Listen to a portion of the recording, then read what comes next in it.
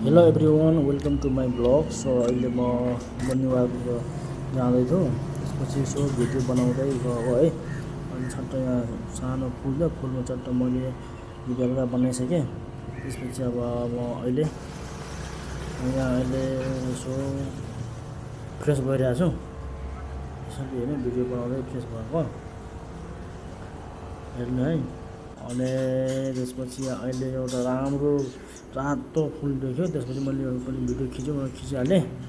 त्यसपछि यहाँबाट म हिँड्दैछु। हिँड्दै गर्दा फेरि फर्केर आउँछु एकछिन होइन के त आयो। त्यसपछि एकछिन अब एक्सर्साइज गर्नु पऱ्यो नि त।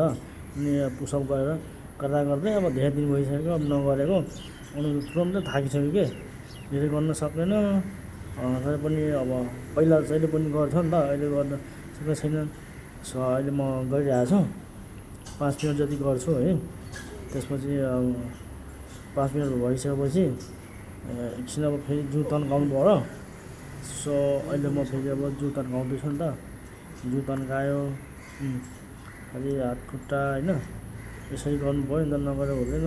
ज्यान पुरै टाइट भइसकेको रहेछ छुट्टीमा 2 दिन बस्दै। सो आउँदै त्यसपछि अब यसो खुट्टाको ढाड पकाउनु पऱ्यो, गर्नु पऱ्यो फेरि है। एक्सर्साइज नगरेर हुँदैन, गर्नुपर्छ नि त। ल सो अहिले म गरिरहेको छु।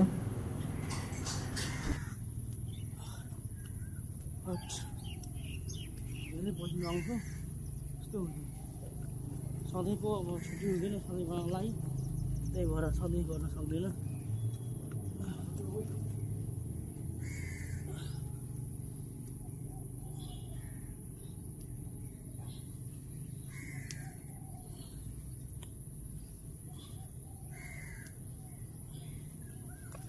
यता पनि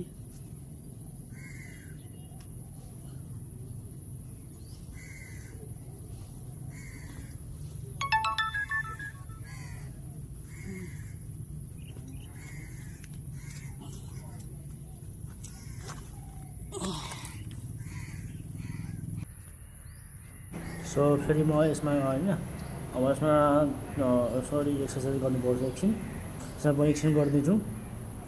एक्सर्साइज गर्नु पऱ्यो नि होइन, नगर्नु हुन्छ। ढाडलाई अब सिधा पार्नु पऱ्यो होइन।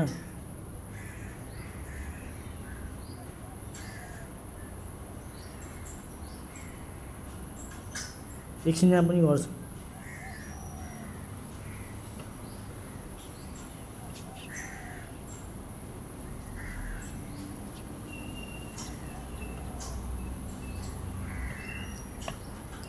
धेरै बेरसम्म गरेन, सक्दैसँग नै गर्नु धेरै बेरसम्म के गर्नु।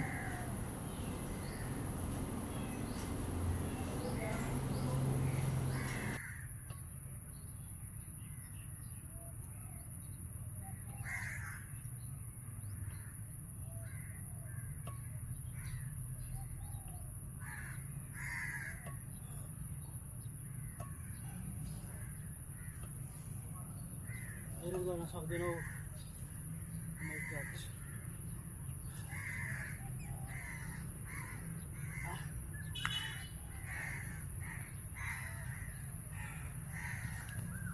अब अर्को गर्नु पऱ्यो।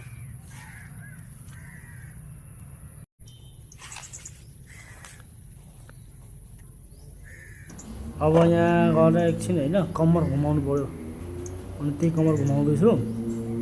यसो कम्मर घुमाएपछि कम्मरको पनि एक्सर्साइज हुन्छ नि त। एक्सर्साइज भयो झन् एकदम सजिलो हुन्छ।